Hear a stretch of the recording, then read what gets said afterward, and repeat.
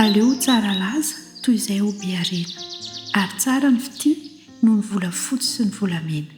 Ohabolana toko 2 andiny voalohany.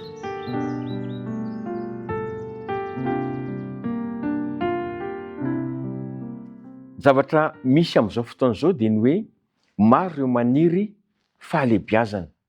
Hanika mikatsaka laza, voninahitra, eny manao veveriny ihany mihitsy aza izy mba hitady vola, hitady harena ary hitady izay rehetra fantany fa anatrarany izay tanjona izay.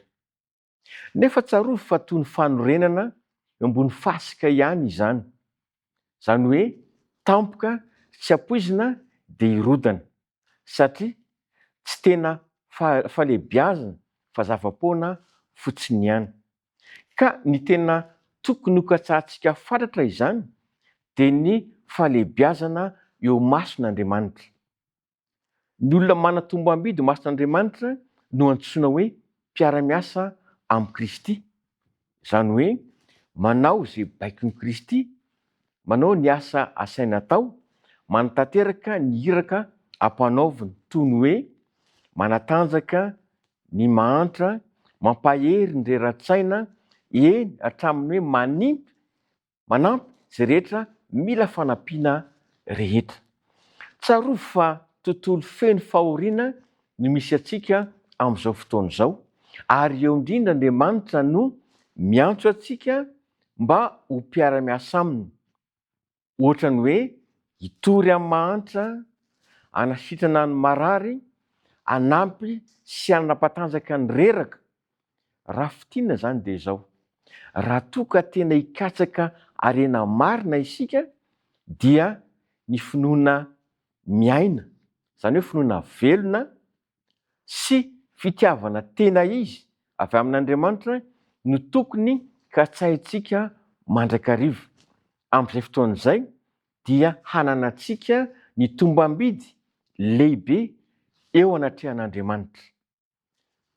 Hanana ny maha izy azy eo anatrehan'Andriamanitra isika ary ho tena sarobidy eo amin'ilay mpahary sy mpanamboatra antsika. Izany hoe finoana miaina marina, finoana velona ary fitiavana tena izy. Ireo izany no tokony katsahintsika, ireo no tokony ataontsika vaindondra rà mihitsy ny hoe ahoana ny fomba azahoana azy fa ametraka tombam-bidy eo amin'ny fiainantsika Andriamanitra ary ho lafo vidy aminy isika satria mpiara-miasa aminy. Amin'ny teny io dia tian'Andriamanitra ny hiantso anao, hiantso ahy ho mpiara-miasa amin'izay fanampiana ny hafa izay. Mety amin'ny sehatra fanasitranana, mety amin'ny sehatra fanampiana amin'ny vantana, kanefa dia sarobidy eo anatrehan'Andriamanitra izany. Raha toa ka fanirianao ary raha sitrakao ny ho mpiara-miasa amin'Andriamanitra amin'ny teny ity, manasanao hivavaka isika. Misaotra Tompo ny amin'ny teninao izay nampatsiahy anay fa mila anay izao tontolo izao ary miantso anay ianao ho mpiara-miasa. Tompo, feno fahombiazana izahay, feno ny tsaina avy any aminao izahay ka hahatonga anay hanolo-tena amin'ny fanampiana ny manodidina, ahafahanay koa mandray sy mikarakara rehetra mila izany. Anio Tompo dia raiso izahay tsirairay avy ho mpiara-miasa, mpiara-mombonantoka ary indrindra miara-mandeha aminao amin'ny anaran'i Jesosy. Amen.